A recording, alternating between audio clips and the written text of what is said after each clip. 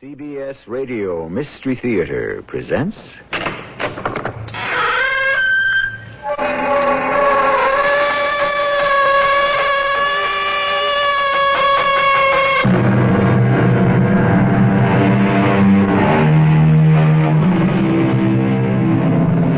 Come in. Welcome. I'm E.G. Marshall. Man is the only living creature who has the power to leave the earth poorer than he found it.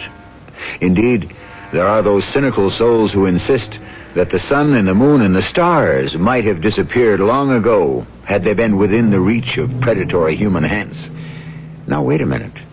We did reach the moon. Well, we can only wait and see. And hope. Are you sure I won't be intruding? No, never. These are fine people. I have every respect for a man of science, such as yourself. Come inside. Meet everyone. Friends, we have here Dr. Carstairs. How do you do? Now, Leopold, now. Hey. What was that for? That was for nothing. Now we shall get down to business. Again, Leopold.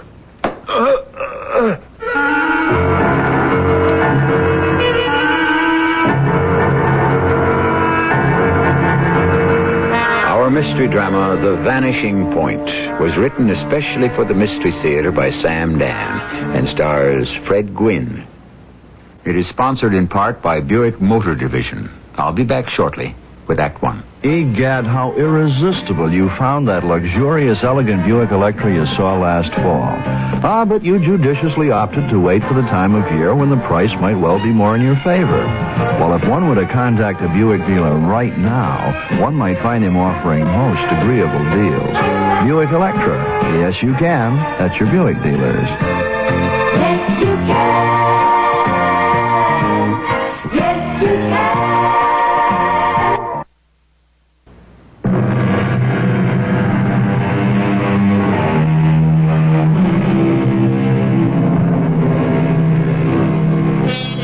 Let sleeping dogs lie, said Mr. Dickens, and it may, on balance, be good advice. However, it would be much better if we could let lying dogs sleep.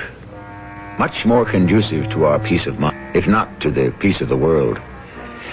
We are in the ancient German city of Munich. They like their festivals here, especially in October. And we're in the midst of one right now, in this mammoth beer garden just to our right. Now, there's a man, about 45-ish, and somehow you can tell he's an American, coming down the street. He pauses at the entrance, but no, he keeps going. He's evidently looking for an address. Has he found it? He stops at a very old and narrow house, and he looks for, finds, and pulls at a bell.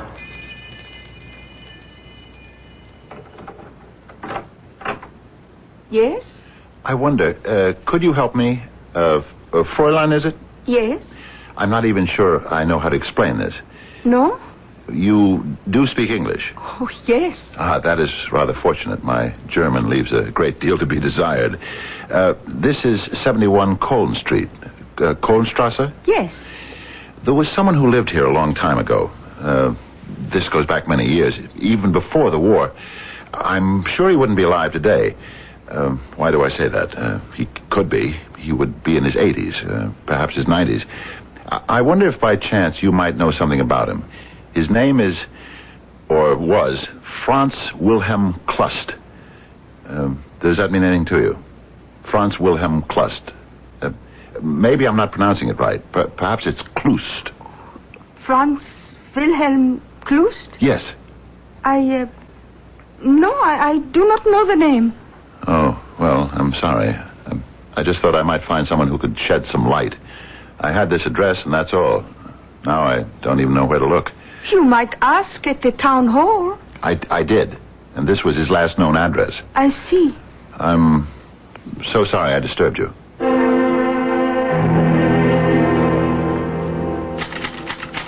Dearest Millicent, the convention is not as stimulating as I had hoped. But things may pick up a bit tomorrow when I read my paper on dislocated ionic particles in a negatively charged nucleus. I thought I would look up a certain Professor Kloust, whose monograph impressed me so much. But no one seems to know what became of him. Actually, I may be wrong, but I think there's a conspiracy of silence surrounding him. Just a minute. Someone seems to be knocking on the door. I haven't the faintest notion who it might be, but I shall find out. Yes? You are here, Dr. Willis Carstairs? Yes, but I'm not a doctor of medicine. I have a Ph.D. in physics. I explain this because so many people You think have that been inquiring for a Professor Franz Wilhelm Kloust? Oh, yes. Won't you come in, Mr. Kellner. I mean, Herr. Kellner. Thank you. Won't you sit down? Danke. Thank you. Well, now, what can you tell me about Professor Kloust? First, you must tell me why you are so interested. Oh, certainly. I was doing research on, I suppose you could call it, displacement. Oh, that was quite a while ago, and I'm no longer actively concerned with it. Displacement? It's a highly technical and theoretical thing. Are you involved with science in any way, Herr Kellner? No. Well, it has to do with the disappearance of matter. At any rate, I came across a monograph by Professor Franz Wilhelm Kloust of the University of Munich, written in the 30s. And? And what? It seems to me I'm being interrogated.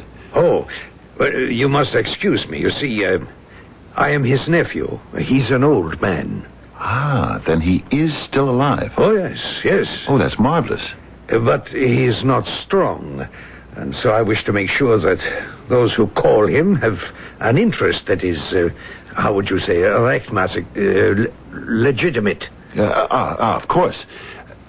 As I said, at one time, I was interested in his specialty, but I've since gone on to other things. And I just happened to be here at a conference. I remembered Professor Kloust. Do you suppose I could see him? Well, yes.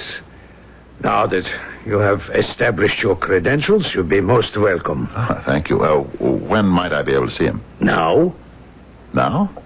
When one arrives at Professor Kloust's age, one does not make long-range appointments. I suppose not. Unless you have another engagement. No. I can think of nothing else I'd rather do. Then I shall take you to him.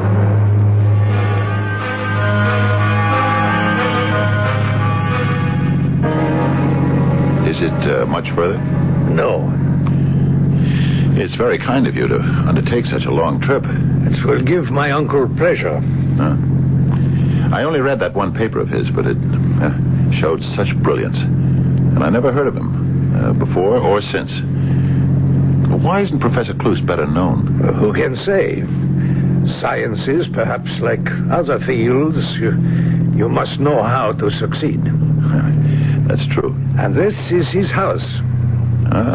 We seem to be in the country. My uncle needs the air. He always loved Einsamkeit. Aloneness. Solitude. Yes. Yeah.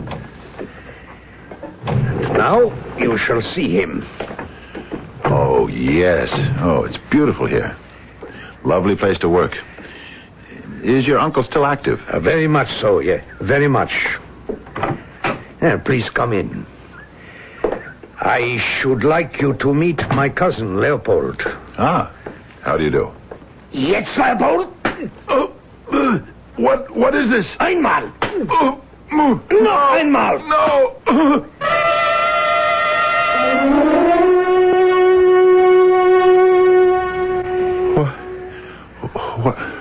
What happened? Where am I? Try this cold compress. You feel better. Wait.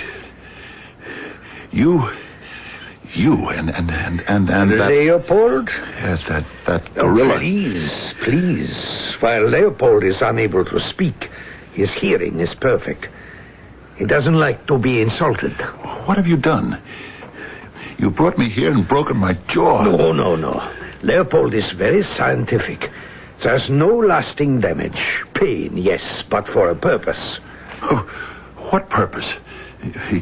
You bring me, you lure me here under false pretenses. No.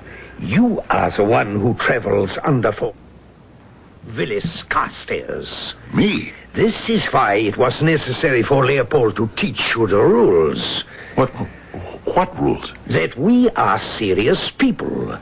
That you must answer at once and truthfully. Answer what? The question. Why do you wish to see Professor Franz Wilhelm Klust? Well, sometimes you read something and you are impressed by the brilliance of the mind that wrote it. Isn't that so? It would be better if you answered my question instead of asking one of your own. But that's it. I was very much impressed at the time. It must have been 10... No, it was 12 years ago. And I just never forgot it. That's really all. We are still, I see, at the very beginning of things. Leopold? No.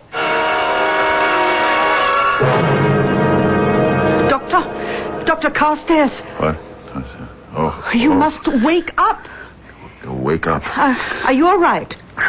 No, I'm not all right. Come. Where? Wait.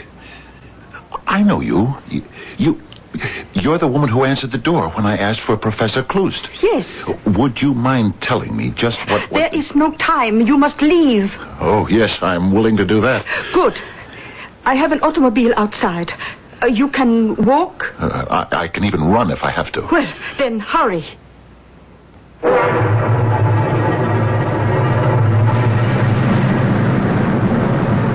Who are you? I cannot say.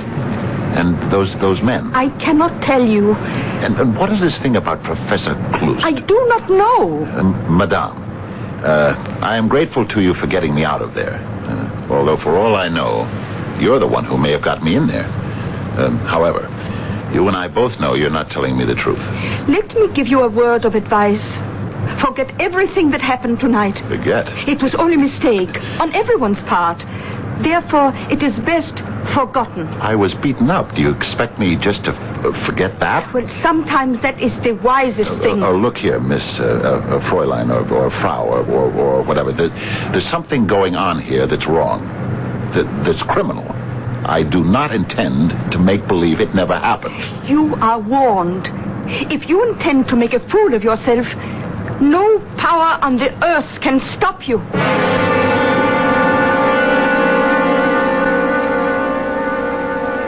And so, Herr Inspector, you see, I felt it my duty to report this to the police. Yes, of course. Quite right. I haven't the foggiest notion what those people are up to. Do you? It is important first to see if we have all the facts in hand, nicht wahr? Certainly. Now then, you are Willis Newton Carstairs, American citizen, doctor of physics, teaching at the University of California. Yes. You are attending an international convention of physicists here in München. And on the night of May 21st, on or about 7 p.m. on 1900 hours, you called at 71 Kölnstrasse to inquire as to the whereabouts of a certain Professor Franz Wilhelm Klust. That's right. Now then, may I inquire, why do you wish to see this Professor Klust? If he's still alive, I'd like to discuss some ideas with him. He has a great mind. Oh, yes? And if he's dead, I just thought I'd like to chat with some of his associates or people who knew him. I had no idea it would stir up such a hornet's nest. Well, you did wise to report the matter. We shall try to find these people and ascertain what is happening here. But, Inspector, tell me, why should there be this fuss about Professor Klust? Well, I could not say. The man was an obscure physicist. Why should the merest mention of his name get me into so much trouble?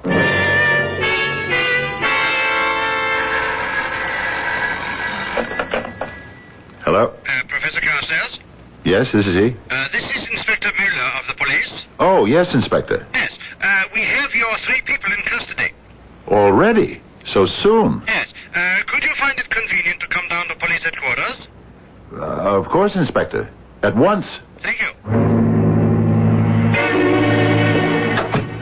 Ah, Herr Dr. Carstairs, it's so good of you to come. Please be seated. Thank you, sir. Now, these three people, I trust you know them. Oh, yes. We have Fräulein Erika Bauer, we have Werner Kellner, and last but not least, Karl-Heinz Leopold. Yes. I have here your deposition, your story, this paper. And also, I have on my desk this paper. It is a deposition sworn to by this lady and these two gentlemen. Yes? Yes. There seems to be an Unstimmigkeit here, a discrepancy. A what? Well, it would seem, Herr Doctor, that they tell me a different story. A different story? How can that be possible? Well, they respectfully beg to differ with a distinguished visitor to our country. But they insist that you are not telling the complete truth. Yes, perhaps we should have known. Things were moving much too smoothly, much too swiftly. Something had to be out of joint somewhere. What is this complete truth that our hero is supposedly not telling? Indeed, what is a complete truth to begin with? Truth is not divisible. A half-truth must eventually become a whole falsehood. But this is philosophy, and right now we're in a police station, and in a foreign country at that. You'd better not miss Act 2. Hey, what you need is Lysol spray in the good old summertime. Musty hot weather odors, Lysol disinfectant spray cleans them out of the air, leaves a clean, fresh scent. Lysol sprays away odors in mattresses, sheets, pillowcases, tennis, and golf shoes. Lysol gets rid of bathroom odors, too. Kills household germs on surfaces, including germs that cause odors. Yeah, what you need is Lysol spray in the good old summertime.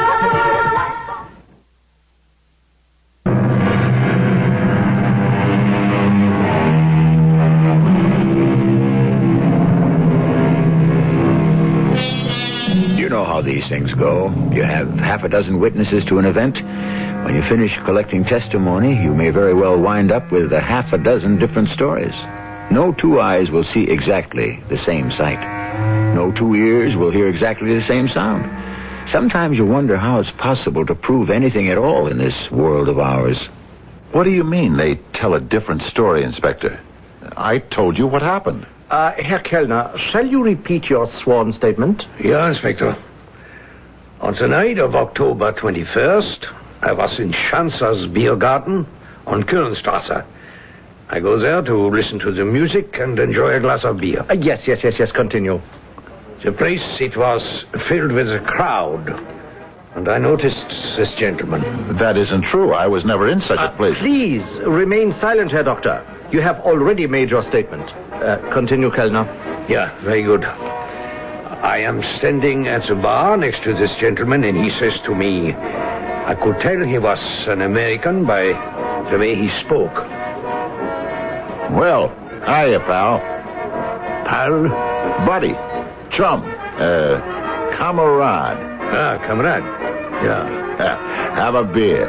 Thank you. I have one. Bottoms up, old comrade. Hey, say that, bartender. Another round over here. Hey, listen, do you know where there's any action around here? Action? Hey, I don't mean noise, I mean action. Where a fella can act sociable, meet people. After all, I'm a guest in this country, huh? I'd like to meet the people, if you know what I mean. Oh, well, I'm a completely respectable guy. Look, see? My card. Yeah. Willis Newton Carstairs, Ph.D., University of California. See? Yeah. I am going to a social gathering of friends. You could call it a party. Hey, sounds great. Perhaps you should like to come. Hey there, old comrade. What are we waiting for? It's a lie. Now, Herr Doctor, I never went into that beer garden. I don't talk the way he said I did. we deal here with a sworn statement. The entire thing is a tissue of falsehoods. We shall continue with Herr Kellner's affidavit. But it isn't true. Please, Doctor, you must at least have common courtesy. You cannot place me in a position where I must insist on silence. Yes, continue, Herr Kellner. Thank you. And so, this gentleman and myself left the Wehrgarten. It was to be a gathering of intellectual people. Fräulein Bauer here writes poetry, and I thought they would like to meet an American professor. And so I brought him to Fräulein Bauer's apartment. At once, I was sorry, because he behaved very badly. Hey, who's she? Fräulein Bauer, may I present Herr Dr. Carstairs? How do you do? Everyone I can, baby. Hey, Kellner, old comrade, is she a live one? I beg your pardon, Herr Doctor. Come on. Is there anything doing here? Werner, who is this person? Hey, don't pull that on me. I know what kind of a joint this is. Come on over here, sweetie. How dare you? Herr Doctor, I must ask you to leave. There seems to be a mistake. What do you say, Erica, baby? Please, leave this place at once. Hey, take your hands off. I must ask you to... I said get your hands off. Your hands! Prince Otto, do something! Come on, I'll take on the whole pack here. He was like a madman. It took 4 or 5 men finally to subdue him. Do you actually believe this, Inspector? There isn't a word of truth in it. Fräulein Bauer, Herr Kellner, do you, either of you, wish to bring charges? Do they wish to bring charges? No. True, he behaved in the most swinish manner, but he was drunk. This affair might do him some damage at home. Then you are willing to forget? Yes. But I'm not willing to forget. Well, in that case, I shall detain you no longer, Fräulein Bauer, Herr Kellner, and Herr Leopold. Good day. Good day. Good day, Herr Dr. Carstairs. And if I may suggest, keep away from strong drink. It can create illusions. Inspector. Herr Doctor, the affair is closed. Closed? Yes. And consider yourself fortunate to be out of it. So cheaply.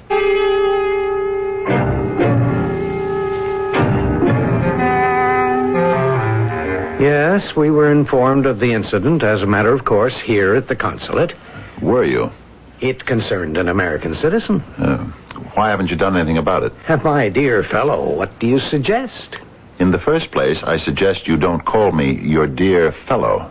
Now, Dr. Carstairs... Anytime anyone says to you, my dear fellow, it's a sure sign that you're about to be brushed off. Oh, I wouldn't say that. Yeah, but you're going to do it.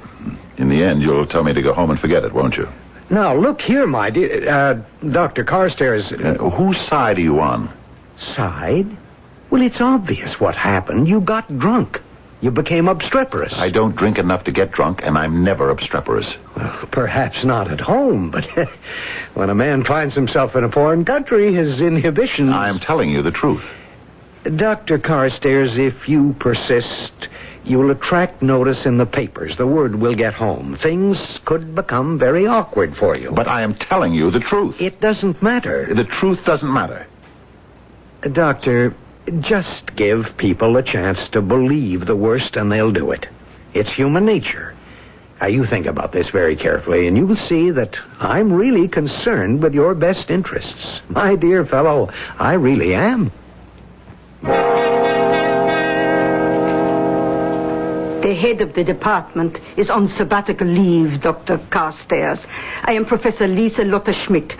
May I help you? I'm interested in a Professor Franz Wilhelm Klust. Oh, you are going back a long time. Do I detect a slight tone of disapproval, Professor? Those days are finished, thankfully. That era is gone. And Klust is dead. Well, I hadn't expected that he would still be alive. What is it you wish to know about him? Some time ago, I had come across a monograph he had written in the 30s on displacement. Yes. It had some very original ideas. However, let us only speak well of the dead. What are you trying to tell me, Professor? You say it was written in the 30s, and that is correct. The late 30s. By that time, Klust was running things, academically speaking. I'm afraid I don't understand. As an American, you would not. You take academic freedom for granted. Klust was a powerful man in the party. He ran purge after purge in the university. I remember it well. I was a student here then. It's hard to believe that such a brilliant scientist would He ever... wasn't that brilliant. If you wanted to teach, you would collaborate with Herr Professor Klüst. Are you saying, then, that the ideas in that monograph were not his? I only know that the original research was started by a physicist named Neumann, who died of mysterious causes. Oh? Have I disillusioned you, Doctor? I'm sorry. And whatever became of Klüst? He died near the end of the war, we think. Isn't anyone sure? Things were hectic, confused in those last days. There was a rumor that the Soviets carried him off. I do not think so. You don't? He was not that good a scientist. Forgive me, I am prejudiced. I never liked the man. Well, even if he were still alive, he would be a very old man. In his 70s. Do you think that is old?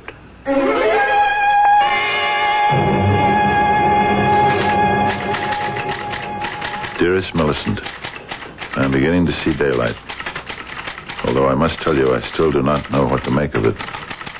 Here is what happened. Trying to be as unobtrusive as possible, I decided to revisit the neighborhood where I had gotten myself into trouble the first time. I passed by the beer garden, and it was packed solidly with people. I decided to go inside. I was hidden by the crowd, and although it was noisy there was one voice that was very, very familiar. It seemed to stand out. Listen, friends. We shall succeed. Yes, we shall be a great nation. But we are a great nation. We shall be the greatest nation of all. We shall conquer through science. We have the greatest scientific genius of the world has ever known. He has been working with us, for our cause, all his life. Soon, he will be ready.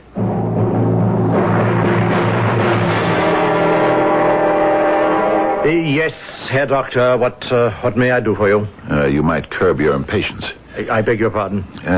You consider me a fool, a troublemaker. Oh, Herr Doctor. You consent to see me because it might be awkward not to. Would you suppose you state your business? That's better. Abrupt. Impersonal. First, are you aware of the existence of a political party called the National Restoration? Yes. Is it a neo-Nazi party? Not just neo-Nazi, but neo-everything. Were you aware of the fact that Werner Kellner, Karl-Heinz Leopold, and Erika Bauer are members? The National Restoration is a completely legal party. So were the Nazis. Please, may I ask where this is going? Why do you suppose they beat me up? We have already been through all of that. Come, Inspector. You know perfectly well I was telling the truth. In the absence of disinterested witnesses, it was the word of 3 against the word of 1. Have you listened to the propaganda of the National Restoration Party? Oh, Herr Doctor. The streets are filled with all sorts of... there is such a marvelous American word for it. Kooks, yes, on the left, on the right, wherever you turn. Now, who has the patience to listen? Who can even hope to understand what they're saying? I do. I understand what they're saying. Yes, is that a fact? They're saying they have a weapon that can conquer the world.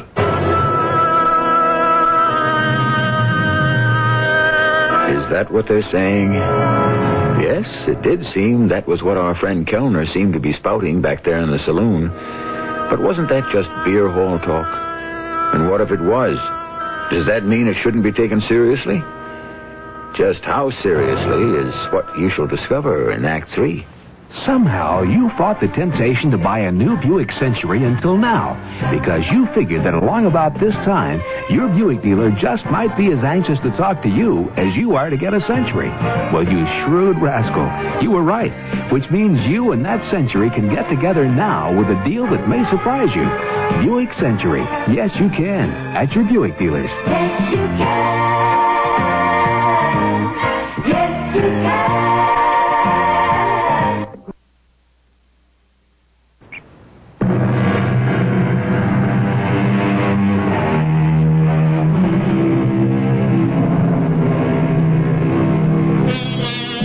constantly teeter between sense and nonsense. And the problem is, it's difficult many times to distinguish one from the other, especially the way perceptions, conditions, and styles and attitudes keep changing. But haven't we the right to expect that a learned, dignified, conservative professor of physics would be aware of the difference? It all depends. You're saying they have a weapon that can conquer the world? I heard Kellner make that statement. May I ask where? In a beer garden. Oh. Look, Inspector, just before the war, in this very city... that was before my time. There was a professor of physics named Franz Wilhelm Klust. Yes, I read about him. He died at the end of the war. And that has never been established as a fact. Please, if there is a point to all of this, make it. The war is over. Klust is presumed dead. Mm-hmm. That's all right with him. There's a possibility he could be prosecuted for war crimes. He goes into hiding, but he needs help. He gets it from the newly formed National Restoration Party. You have the facts to support this contention? The years go by. The original Restoration Party members get old, pass from the scene. New ones join up. But the constant, the unifying force is Klust. He is working on the weapon that will make all things possible. The party members have one grand mission: support Klust, protect Klust, maintain a secrecy that will allow him to work, to finish, to perfect the weapon. Yes, once again, the facts. Suddenly, a shocking event occurs. One night, a stranger knocks on the door and inquires for Klust. Why? All these years, everyone thought Klust was dead. Obviously, the stranger must be a spy. So, they lure him to a lonely spot, where they try to force the truth from him. Then they decide to release him to see if he can lead them anywhere. But he doesn't. They are relieved. Obviously, he was telling the truth. He was just an innocent, blundering foreigner. I must keep insisting. The facts. Professor Franz Wilhelm Klust is working on a weapon which could very well change the course of history. Yes, Herr Doctor, we shall look into the matter. Yes, I'm sure you will.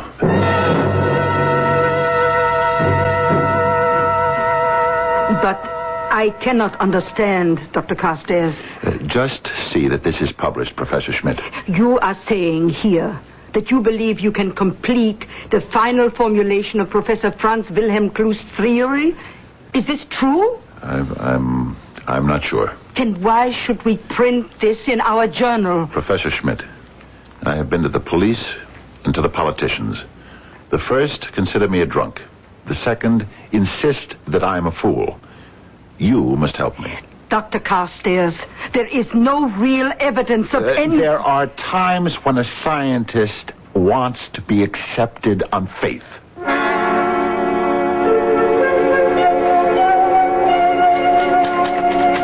Dearest Millicent, and now we shall find out.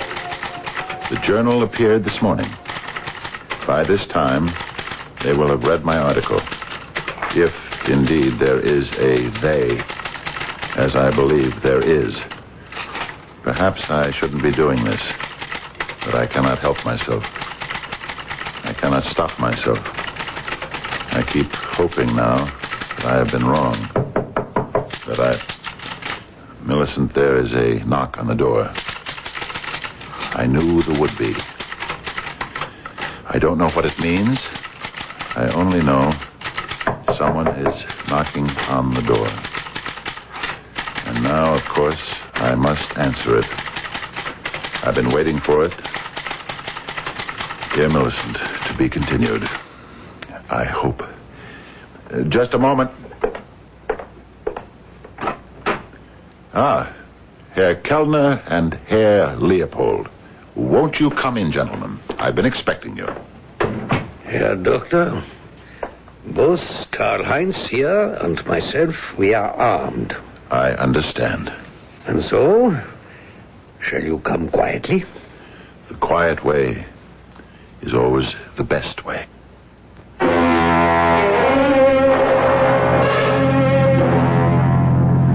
This seems to be a familiar neighborhood. Yeah. There's the beer garden and Fräulein Bauer's house. And unless I'm wrong, Professor Kloos as well. He's been here all these years, hasn't he? We have built for him a very comfortable laboratory below the house. And no one ever suspected the old man was still here, still alive. Well, what do you want with me?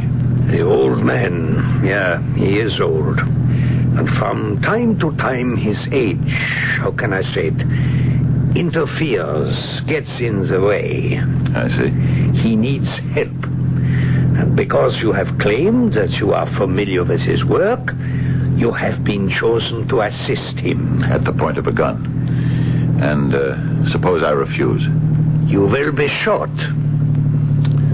Obviously, you're up to no good. Oh, I disagree. We wish to do good for all humanity. And to prove it, you threaten to kill everyone who refuses to help you. Humanity must always pay a price for progress. We have arrived. Escort your guest inside, Leopold. Yes, down here we are truly away from the world. Step inside, please. Here is the professor's living room and study. See how comfortable. Oh, yes. And that door, it leads to his laboratory. Come. Professor! Professor! Yes. Oh, yes, Kellner. Professor, this is an American. An American, a prisoner of war. Where is his uniform? Oh, an American scientist. A scientist? We have captured him. So good. Yes, good. Professor, he has read your paper. Paper? What paper? He, too, has been working on displacement. He has. Also, yes. Well, we shall see about that. Come into the laboratory. You will do as he says. If you insist. So, you are Professor Franz Wilhelm Kloos. Yes. Now, what do you know about displacement? I know the theory. Any fool knows the theory. Position is positive. Volume is positive. How to negate position and volume? There must be a negative force. The negative force. Yes, it's a negative force. Neumann saw the negative force as a tool to help mankind. Neumann? Who is Neumann? Neumann saw it eliminate so much expensive, back-breaking, time-wasting labor. You could level mountains. You could clear fields. You could dig tunnels. A single ray of negative force could eliminate all matter that stood in its path. Yes. Now I remember, yes. Do you remember Neumann? Neumann. You promised to save him if he told you his secret. But in the end, you betrayed him and sent him to a concentration camp. No, Neumann. Who was Neumann? When he died, you promised Hitler you would create the ultimate weapon for him. Oh, yes, and I shall, yes. You couldn't. You can't. You don't have the skill or the knowledge. You're a fraud. No, please, I want it so much to be recognized. I am an old man. Have pity. Pity? I was not brilliant like Neumann and the rest of them. I wanted to be famous. So when the opportunity arose... Do you expect me to help you? You will help. Never. There are ways you can be made to help. And I'm sure you know all of them. I will share with you the credit. Also, I swear, look, I have isolated the negative force. I have constructed the generator. Wait a minute. You can set up a limited field of force. But how can you reverse it? Keep away. It is mine. You get out. You know how to isolate the negative force, but you don't know how to stop it. No, get out. You don't know how to reverse it. Get out. Don't turn it on. It will destroy you. No. Don't. No. We must get out of this room. I will destroy the world. You come back here. Why have you left the laboratory? Have you the professor's permission? Why don't you go inside and find out? I shall. Leopold, Erika, guard him. I warn you, no tricks. What sort of tricks could I possibly play? What is he doing in there? Why don't you go inside and find out? Leopold, knock on the door. Again. Open it, Leopold. What is that? Go see. What happened to him? To whom? Leopold. He walked inside the room, and now he's gone. How? And the professor and Kellner. Oh, something is not right here. Shall I tell you? I shall see for myself, and do not try to escape. You cannot get away from us.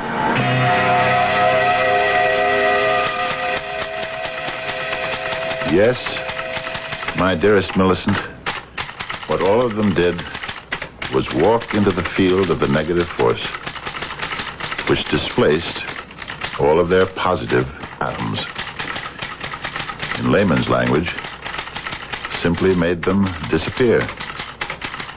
So, deep down, in a hidden cellar at 71 Kohlenstrasse in Munich, is a negative force generator, which is creating a small negative force field, and it cannot be shut off.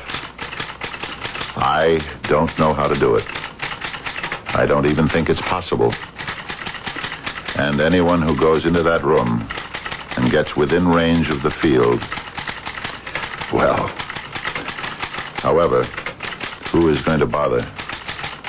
The police? The consulate? No one believes me. Yes, it's a great weapon. Perhaps it's the ultimate. Because it destroys both killer and victim at the same time. Now, if only all weapons were like that. If only. And so the secret stays where it belongs, in a cellar, where no one is ever likely to disturb it. And if anyone does, well, it's too bad. There is a practical moral and a theoretical moral to our story. The practical moral is, be careful when you're poking around in strange cellars. And if you want the theoretical moral, just wait for my return shortly. Where's your brown bottle of Lysol? The one in the red and yellow box? Lysol brand disinfectant. Oh, don't help me. How about you, sir? Yeah? Where's your brown bottle of Lysol? Oh, in this hot weather, I use it to clean the garbage pail. Keep it from smelling bad, Don't help me. Yes, but where is it? Don't help Lysol me. kills household germs and germs that cause odors. The glove compartment. No, the broom closet. No, I know. But, sir, We use Lysol in the bathroom to prevent mold and mildew on the The tiles. china closet. No, that's wrong. The linen closet. But, sir, where is your brown bottle of Lysol? Hey, is this a trick question?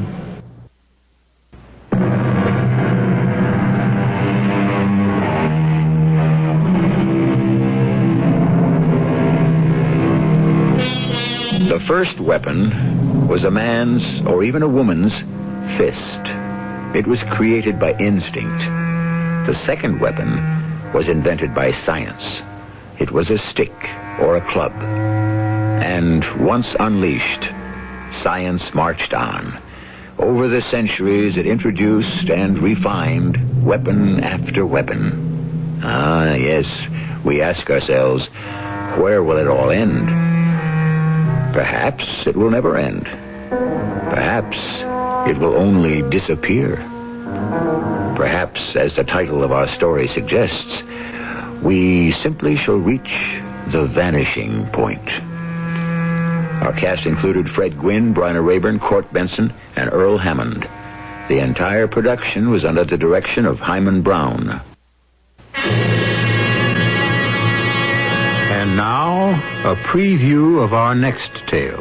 But who guided the flight of that bowl so it hit you? Well, I reckon if you believe that he makes everything happen, you could say the good Lord. Exactly. In his wrath, he struck you down and turned his back on you, which made you a free agent, son, open to all bidders. So we are going to exercise that option, and I'm here to take you with me. Where's that, Mr. Conjurman? A piece south of here. We call the team the Hellcats. We got quite a lineup. Come on, boy. It's time to go. You mean it's all over for me? I'm going to be dead? Well, now, Dusty boy, would I be here making an offer if we felt you would? Radio Mystery Theater was sponsored in part by Buick Motor Division and ARM, Allergy Relief Medicine. This is E.G. Marshall inviting you to return to our Mystery Theater for another adventure in the macabre. Until next time, pleasant dreams.